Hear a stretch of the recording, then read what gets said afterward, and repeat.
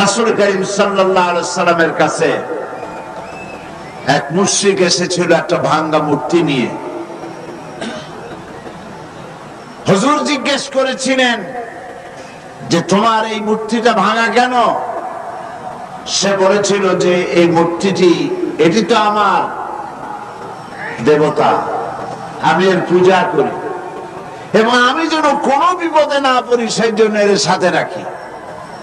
প্রতিমধ্যে পেশাবের প্রয়োজন হলো তো তাকে এক পাশে দাঁড় করায় রেখে আমি আমার কাজ সেরে এসে দেখি এর শরীর, সমস্ত শরীরটা ভিজা।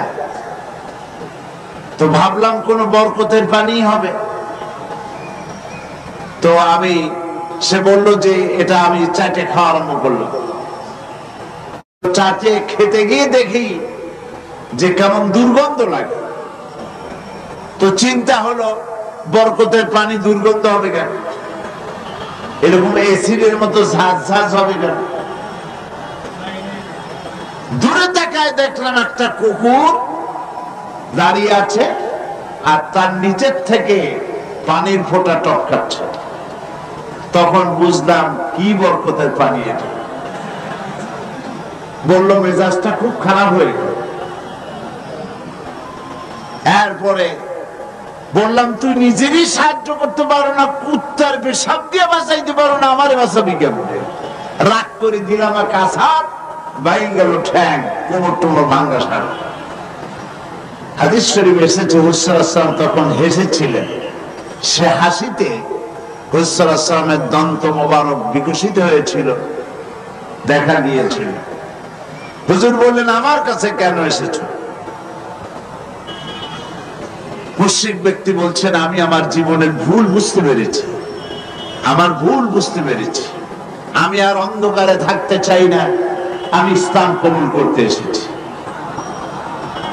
আল্লাহর নবী তারে শেখালেন পড়ো লা ইলাহা ইল্লাল্লাহু মুহাম্মাদুর রাসূলুল্লাহ। আল্লাহ ছাড়া কোন ইলাহা নাই, আইনদাতা নাই, বিধানদাতা নাই এবং তিনি হচ্ছেন সমস্ত শক্তির উৎস। আজকে শক্তির উৎস বলা হয় জনগণকে। নেতা নেত্রীরা পার্লামেন্টেও বলেন, পার্লামেন্টের বাইরেও বলেন, জনসভায় বলেন, তারা বলেন শক্তির উৎস জনগণ, দেশের মালিক জনগণ। আল্লাহ পাক বলছেন লিল্লাহি মা ফিস সামাওয়াতি ওয়া মা ফিল আরদ, আসমান এবং জমিনের একচ্ছত্র মালিকানা কার?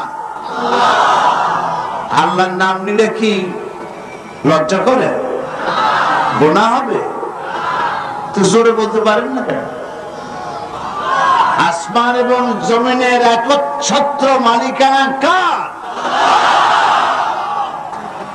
সার্বভৌমত্বের মালিক আল্লাহ। আর ওরা বলছে সার্বভৌমত্বের মালিক হলো জনগণ। সম্পূর্ণভাবে মুশরিকানা কথা, শিরক, এই ধারণা পোষণ করা। দেশের মালিক জনগণ নয়, এটা মিথ্যে কথা, বাজে কথা। এবং জনগণ কখনো ক্ষমতার উৎস হতে পারে না। আল্লাহ পাকের কোরআন শরীফের সাথে সম্পূর্ণ বিপরীতমুখী কথা। আল্লাহ পাক কি বলছেন?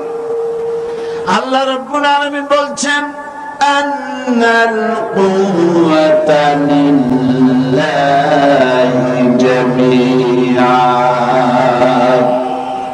সমস্ত ক্ষমতা একচ্ছত্র মালিক, ক্ষমতার উৎস কে? আল্লাহ সুবহানাহু ওয়া তাআলা, তিনি হচ্ছেন ক্ষমতার মালিক। আল্লাহ পাক আরো বলেন ওয়ামা লাকুম মিন দুনিল্লাহি মিন ওয়ালিয়্যিন ওয়ালা নাসীর, তোমাদের জন্য আল্লাহ ছাড়া কোনো সাহায্যকারী নাই এবং তিনি একমাত্র, তিনি ছাড়া তোমাদের কোনো পৃষ্ঠপোষক নাই, সাহায্যকারীও কেউ নাই, পৃষ্ঠপোষক কেউ নাই। কত রাষ্ট্র শাসক গোমরাহ বেদাতপন্থী ফকিরদের কাছে গিয়ে মুরিদ হইল, ক্ষমতা যখন চলে গেল সে বেদাতপন্থী ফকির তারা বাঁচাইতে পারল না। আমি নাম নিলাম না। আমাদের দেশেও এবং আমাদের দেশের বাইরেও পার্শ্ববর্তী দেশেও মুসলমান রাষ্ট্র শাসক বেদাতি ফকির, বেসরা ফকির এদের কাছে গিয়েছে, মুরিদ হয়েছে এবং মনে করেছে উনি আমার বাঁচাইবে, ক্ষমতা টিকায় রাখবে। ক্ষমতা যখন চলে গেল ফকিররা তার দিকে তাকায় থাকলো, নিজে ফকির অরে দেবে কি? ও নিজেই তো ফকির। ওয়াল্লাহু গানি ওয়াল্লাহুল গানিয়্যু ওয়া আনতুমুল ফুকারা। কেবলমাত্র বেনিয়াজকে যিনি কারো মুখাপেক্ষী নন, আর সব ফকির। সুতরাং তোমাদের কোনো পৃষ্ঠপোষক নাই, আল্লাহ ছাড়া কোনো বন্ধু নাই, ওলি নাই, মনিব নাই, কেউ নাই সাহায্যকারী। কে ছাড়া? এবার দেখুন আল্লাহ রাব্বুল আলামিন তার হাবিবকে লক্ষ্য করে বলছেন, وَإِنْ يَمْسَسْكَ اللَّهُ بِضُرٍّ فَلَا كَاشِفَ لَهُ إِلَّا هُوَ وَإِنْ يُرِدْكَ بِخَيْرٍ فَلَا رَادَّ لِفَضْلِهِ। আল্লাহ পাক বলছেন, আল্লাহ যদি তোমার কোন কল্যাণ করতে চান, তোমাকে যদি কোনো বিপদে ফেলতে চান, তাহলে সেই বিপদ থেকে তোমাকে কেউ রক্ষা করতে পারবে না। আর আল্লাহ যদি তোমাকে কোনো ফজল ও করম করতে চান, অনুগ্রহ করতে চান, সে অনুগ্রহ প্রত্যাহার করারও ক্ষমতা কারো নাই। সুবহানাল্লাহ।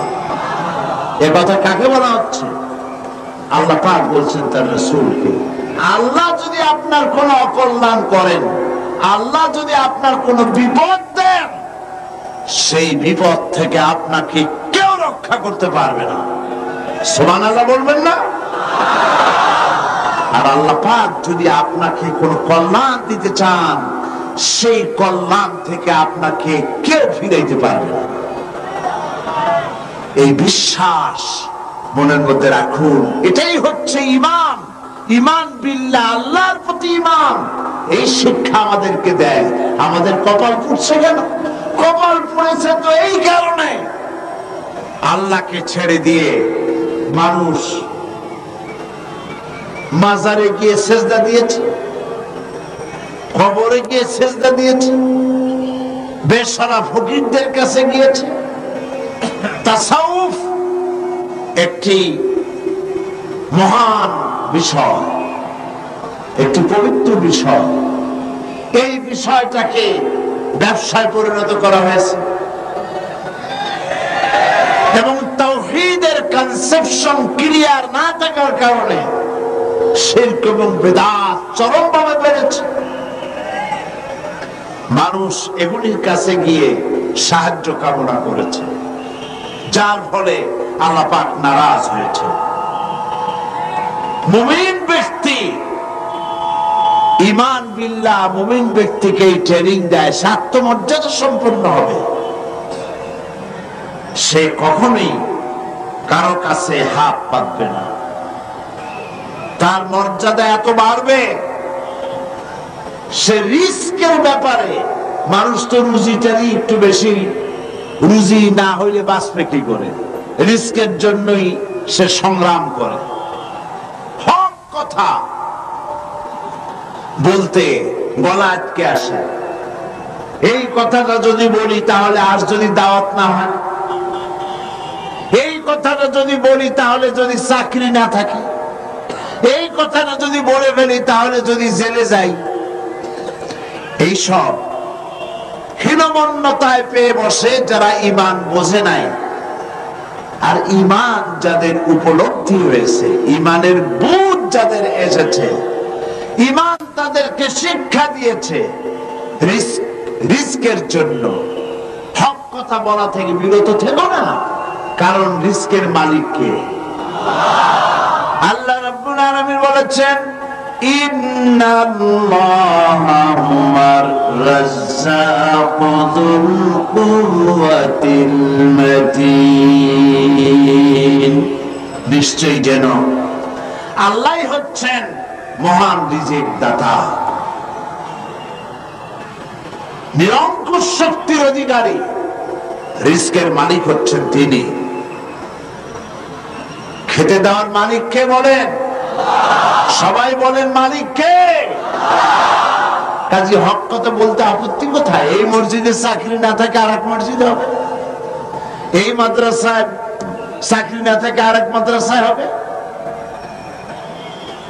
এই চাকরি ছাড়া আল্লাহ আপনারা খাওয়াইতে পারবে না, এটা বিশ্বাস করেন নাকি?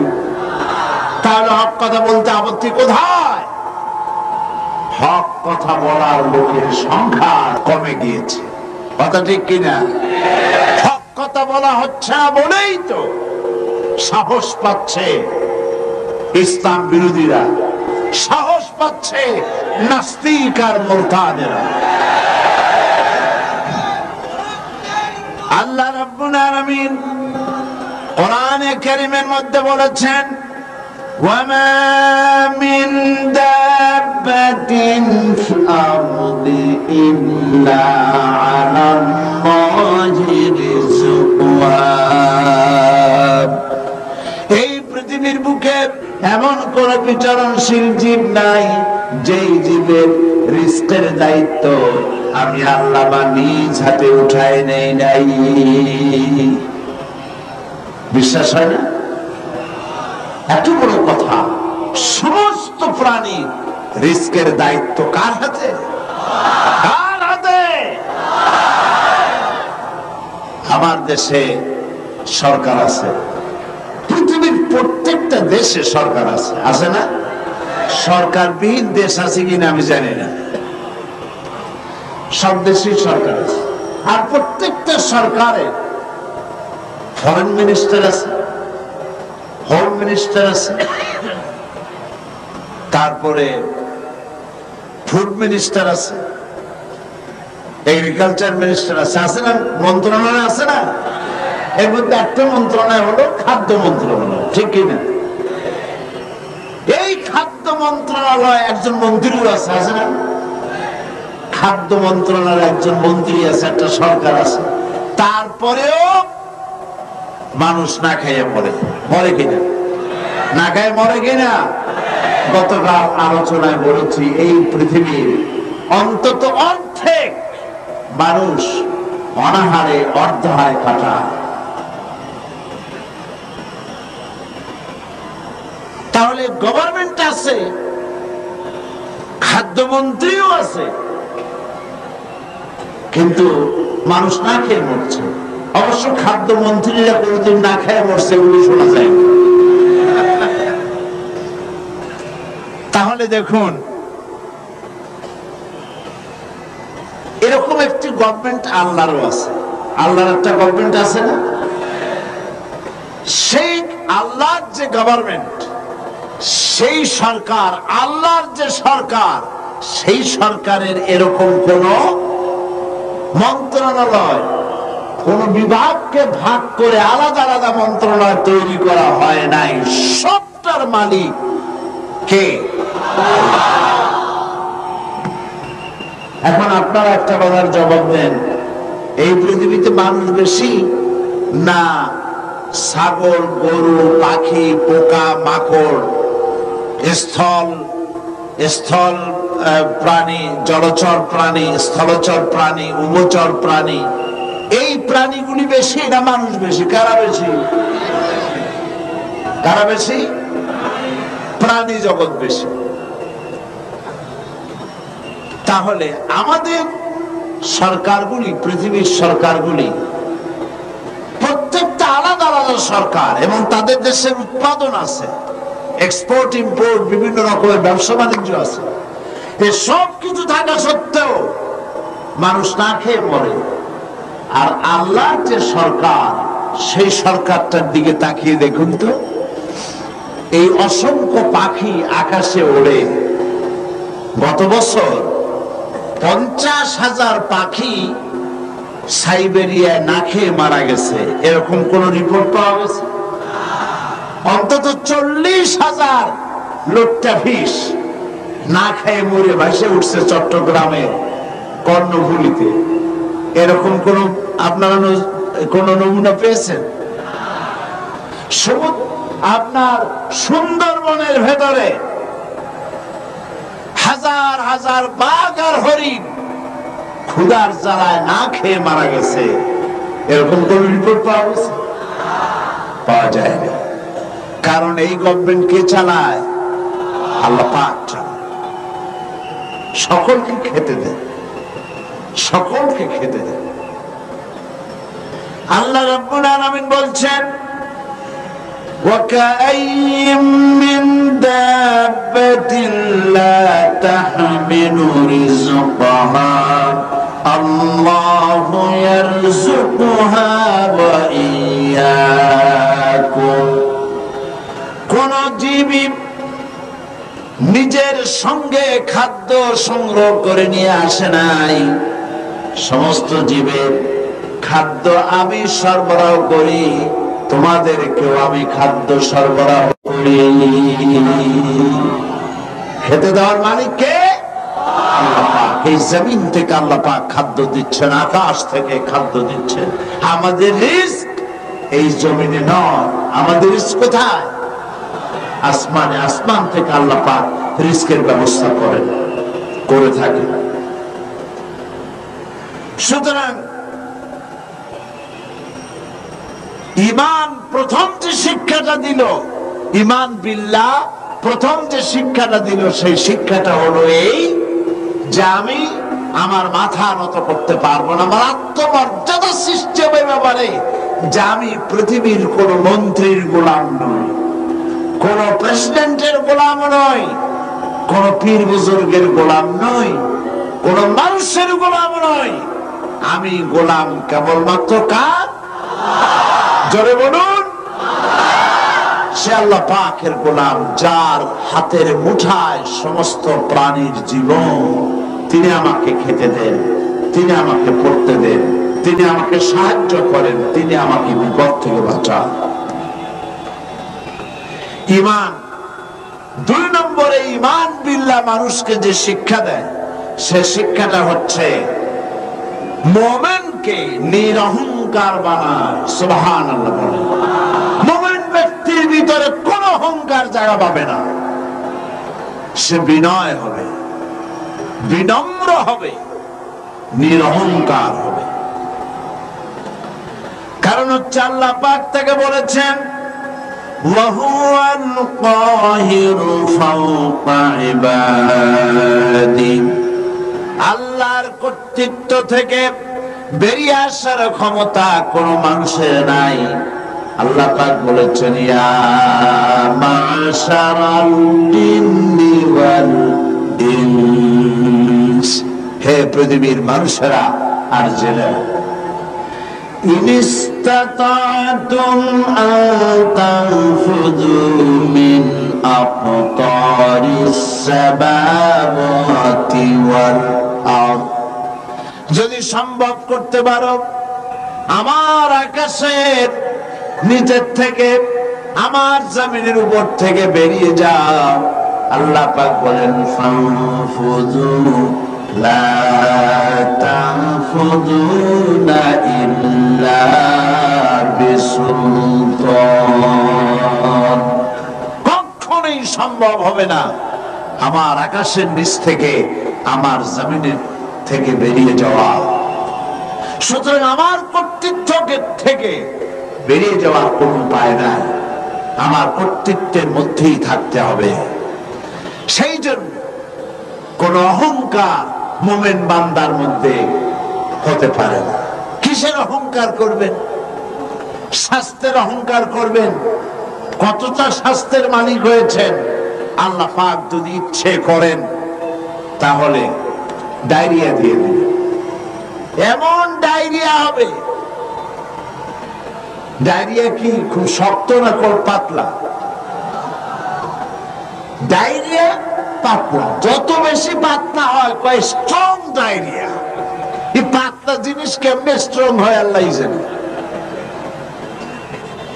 এমন স্ট্রং ডায়রিয়া হলো সলিমুদ্দি কোথায় খুঁজে পাওয়া যায় না। স্বাস্থ্যের মানে, সুতরাং স্বাস্থ্যের বড়াই করবেন না, বিদ্যার বড়াই করবেন। কত বড় বিদ্যা অর্জন করেছেন, টাকার বড়াই করবেন। কত টাকার মালিক হয়েছে। আল্লাহ পাক যদি ব্রেনের মধ্যে টিউমার দিয়ে দেন, ব্লাডের মধ্যে ক্যান্সার দিয়ে দেন, আল্লাহ পাক যদি হার্টের মধ্যে মারাত্মক কোন রোগ দিয়ে দেন, সারা পৃথিবী বিক্রি করবেন, ঔষধের পয়সা হবে না। আপনি তো জানেন না কত বড় নিয়ামত ভোগ করছেন। প্রতি মুহূর্তে শ্বাস ফেলছেন, শ্বাস গ্রহণ করছেন, নিঃশ্বাস ফেলছেন, শ্বাস গ্রহণ করছেন। এটা কি নিয়ামত নয়? বলেন, এটা কি নিয়ামত নয়? এই নিয়ামতটা আপনি বুঝেন না। এই নিয়ামতটা বোঝার জন্য যার শ্বাসকষ্ট আছে, শ্বাসকষ্টের রোগী আছে না, বুঝেন তো? শ্বাসকষ্টের রোগীর কাছে গিয়ে জিজ্ঞেস করেন, সে বলতে পারবে একটা শ্বাসের দাম কত। সুবহানাল্লাহ বলবেন না? সুতরাং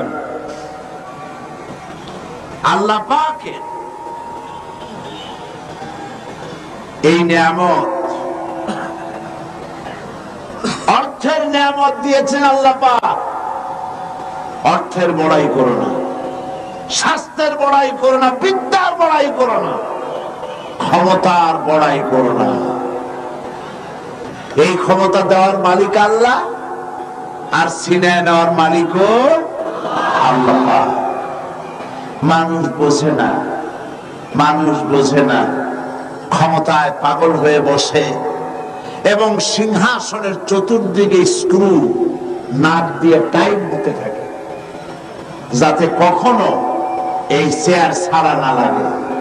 চেয়ারের হাতল দুই হাত দিয়া ধরিয়া, দুই পাও দিয়া পায়ের সাথে ব্যাট দিয়ে পেঁচাইয়া মজবুত হয়ে বসে থাকি, নড়বই না। কিন্তু থাকতে তো পারবে না। কি বলেন? পণ্ডিত জওয়াহরলাল নেহেরু পাগলা গারদ দেখতে গিয়েছিলেন। পাগলেরা দেখিয়া জামা কাপড় কেতাদুরস্ত সুপুরুষ, তাকে দেখে জিজ্ঞেস করছেন, তুমি কে? তিনি বললেন, আমি ভারতের প্রধানমন্ত্রী, আমার নাম পণ্ডিত জওয়াহরলাল নেহেরু। পাগলেরা বলছে, আমরাও যখন এখানে আসছিলাম এই তোমার মতো এরকমের লম্বা লম্বা কথা আমরাও বলতাম। থাকো কিছুদিন আমাদের সাথে, তোমার গরম মাথাও ঠান্ডা হয়ে যাবে। কাজী ক্ষমতায় যারা থাকে, ক্ষমতায় গিয়ে আল্লাহর ক্ষমতাকে ভুলে যায়, জনগণকে ধোঁকা দেয়। কিন্তু সময় যখন হয়, আল্লাহ যখন ছিনায় নেন ক্ষমতা, তখন রক্ষা করতে কেউ। এই জন্য মুমিন ব্যক্তির দ্বিতীয় নম্বরের শিক্ষা হচ্ছে মুমিনকে ঈমান বিল্লাহ, তাকে বিনয় এবং বিনম্র হওয়ার শিক্ষা প্রদান করে। ঈমান তাকে শিখায়, ওয়ামা বিকুম বিনিমাতিন ফামিনাল্লাহ। আল্লাহ পাক বলেন, যে নিয়ামতই তোমরা লাভ করেছো আল্লাহ পাকের পক্ষ থেকে, আল্লাহর নিকট থেকেই তা এসেছে। সুতরাং অহংকার করো না। আল্লাহ পাক নিষেধ করেছেন। কোরআনে কারীম বলছে, ওয়ালা তামশি ফিল আরদি মারহান ইন্নাকা লান তাখলিকাল আরদা ওয়া লান তাবলুগাল জিবালা তুলা।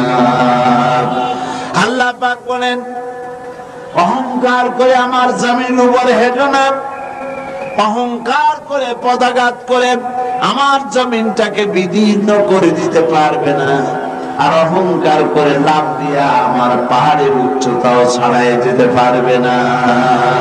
পারবে? অহংকারের ঠেলায় সালামও দিতে চায় না। আছে কিনা এরকম মানুষ? সালামও দিতে চায় না। তুমি যে অহংকার করো, তুমি কি পারবে তোমার পাও দিয়া লাথি মেরে জমিনটারে ফাটাই দিতে? তুমি কি পারবা লাভ দিয়া পাহাড়ের উচ্চতা ছাড়াই যেতে? তাহলে কেন অহংকার করো? বরং মুমিন বান্দার খাসলত হচ্ছে এই, কোরআন বলছে, ওয়াইবাদুর রাহমানিল্লাযীনা ইয়ামশুনা আলাল আরদি হাওনা। দয়াময় আল্লাহর বিশিষ্ট বান্দা যারা, তারা দুনিয়ার বুকে বিনয়ের সাথে তারা চলাফেরা করে, অহংকারের সাথে তারা চলাফেরা করে না।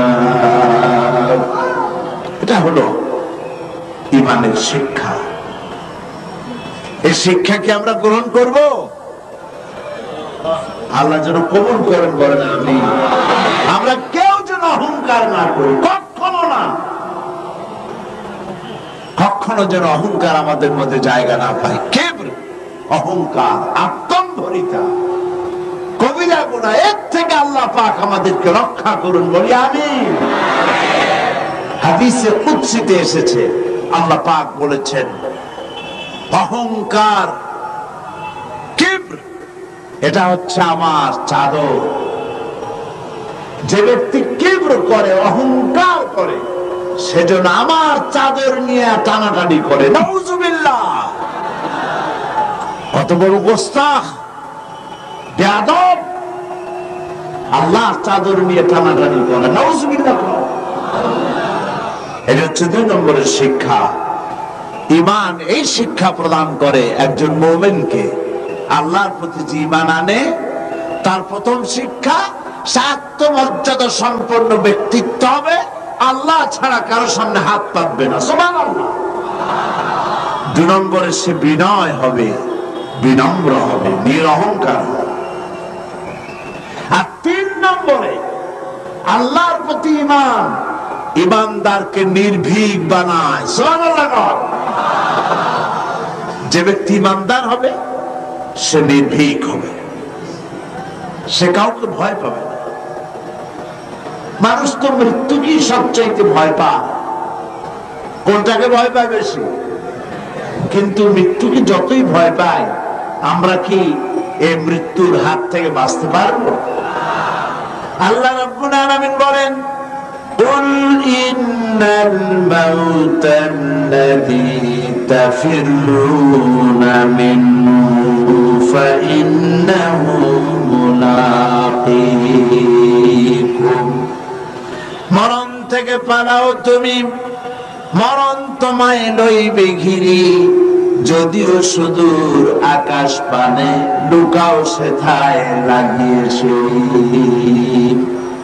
হে মহারোগের ঔষধ নাই, হে মহারোগের চিকিৎসক নাই, নাই সে ঔষধ জগতে।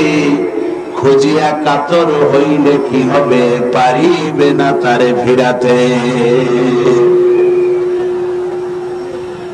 আকাশে গিয়ে যদি সিঁড়ি লাগে, আকাশে গিয়েও যদি কেউ লুকায়, মৃত্যুর থেকে বাঁচার কোনো পথ নাই। মৃত্যু এক অবধারিত মহাসত্য, এ মৃত্যু হবেই। সুতরাং এই ক্ষণস্থায়ী জীবনকে কেন সেই অনন্ত জীবনের জন্য উৎসর্গ করে দিবেন? অর্থাৎ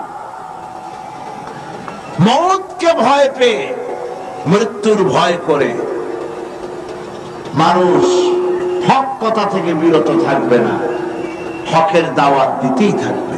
যেহেতু মৃত্যু তার নির্ধারিত সময় আসবেই।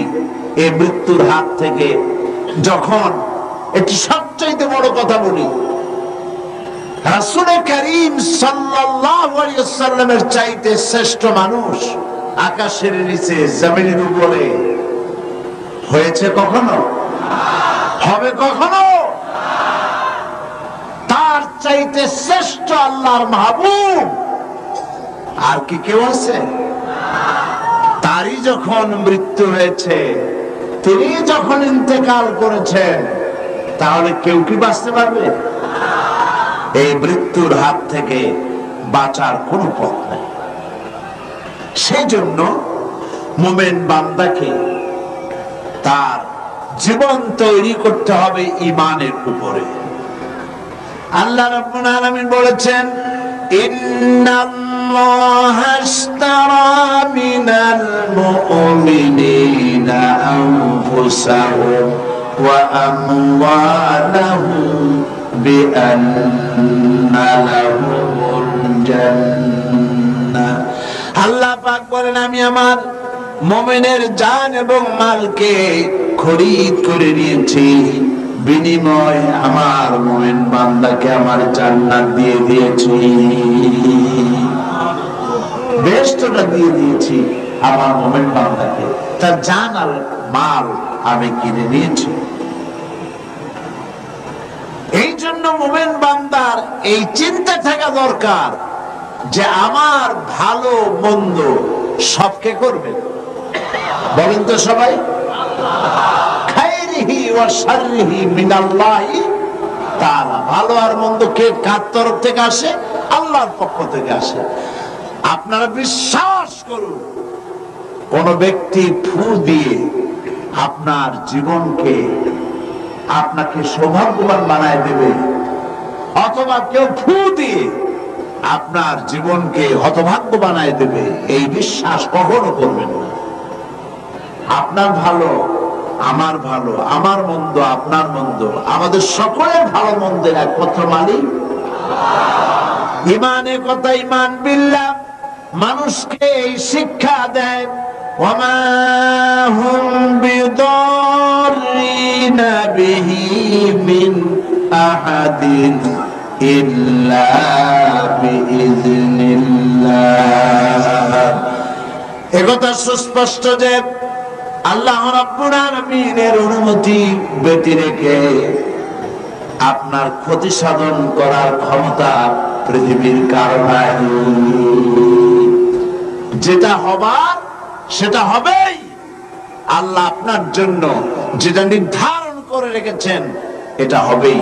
আল্লাহ নির্ধারিত কোন জিনিস থেকে বাঁচবার কোন উপায় মানুষের নাই। আর যখন মউত আসবে, وما كان لنفس أن تموت إلا بإذن الله كتابا مؤجلا। কোন প্রাণী আল্লাহর অনুমতি ছাড়া মরতে পারবে না, যেহেতু তার সুস্পষ্ট কিতাবের মধ্যে লেখা রয়েছে নির্ধারিত সময় ছাড়া কোন জায়গায়, কোন মাঠে, কোন জায়গায় মানুষের মৃত্যু হবে কেউ জানে না। নির্ধারিত কিতাবের মধ্যে তা লিপিবদ্ধ রয়েছে। সুতরাং ঈমান মানুষকে এই শিক্ষা প্রদান করে, আল্লাহর প্রতি ঈমান, যে মৃত্যুর ভয় করে হক থেকে ফিরে থাকতে পারবেন না। ঈমান বিল্লাহ মানুষের মধ্যে আশার সৃষ্টি করে, ভরসার সৃষ্টি করে। সে কখনো হতাশ হয় না। আল্লাহ রাব্বুল আলামিন মানুষকে নিরাশ হতে নিষেধ করেছেন, লা তাকনাতু মির রাহমাতিল্লাহ। হতাশা এক ধরনের কুফরি, নিরাশ হওয়া কুফরি। এই জন্য আল্লাহ পাক নিরাশ হতে নিষেধ করেছেন। মুমিনের ভিতরে আল্লাহ পাক আশাবাদ সৃষ্টি করেন, এটা হলো ঈমানের দাবি। আল্লাহ পাক কোরআনে কারীমে বলেছেন, ومن يقنط من رحمة ربه إلا الضالون। আল্লাহর রহমত থেকে কেবলমাত্র পথভ্রষ্ট লোকেরাই হতাশ হয়, নিরাশ হয়, আর কেউ নিরাশ হয় না। আল্লাহ পাকের রহমত থেকে নিরাশ হওয়া ঈমানের পরিপন্থী। এই জন্য ঈমানদার লোকেরা যখন রোগাক্রান্ত হয় তখন সে নিরাময়তার দিক থেকে ভেঙে পড়ে না, হতাশ হয় না, কারণ আল্লাহর প্রতি ঈমান তাকে বলে আল্লাযী খালাকানি ফাহুয়া ইয়াহদিন। তিনি আমাকে সৃষ্টি করেছেন আর তিনি আমাকে পথ প্রদর্শন করেছেন। ওয়াল্লাযী হুয়া ইউতঈমুনি ওয়া ইয়াসকিন। আর তিনি আমাকে আহার করান, তিনি আমাকে পান করান। ওয়া ইযা মারিদতু ফাহুয়া ইয়াশফিন। আর আমি যখন অসুস্থ হই তখন আমাকে রোগ মুক্ত করে দেন আল্লাহ রাব্বুল আলামিন। অসুস্থ হলে আমাকে রোগ মুক্ত কে করেন? আল্লাহ রাব্বুল আলামিন। হযরত আইয়ুব আলাইহিস সালাম 18 বছর পর্যন্ত রোগাক্রান্ত থাকলেন। আমাদের মধ্যে অনেক মানুষ রোগাক্রান্ত হয় না? আমাদের প্রত্যেকেরই রোগ ব্যাধি মাঝে মধ্যে হয় না, হয় না? অনেক মানুষ আছে অসুখ হলে বলে এত নামাজ রোজা আমি করি আর রোগ আমার ছাড়া কেউ চলে যাবে, এত ভালো ভালো কাজ করি তারপরে আমার অসুখ হয়, আমার ছেলে পেলে পড়ে। এটা কেমন কথা? রোগ ব্যাধি এটাও আল্লাহর নিয়ামত, তন্দুরুস্তিও নিয়ামত, রোগ ব্যাধিও নিয়ামত। তবে আল্লাহর কাছে বলতে হবে আল্লাহ রোগ ব্যাধির নিয়ামত তন্দুরুস্তির নিয়ামত দিয়া বদলায় দাও, আমাকে তন্দুরুস্তি দান করো যাতে করে আমি ইবাদত করতে পারি।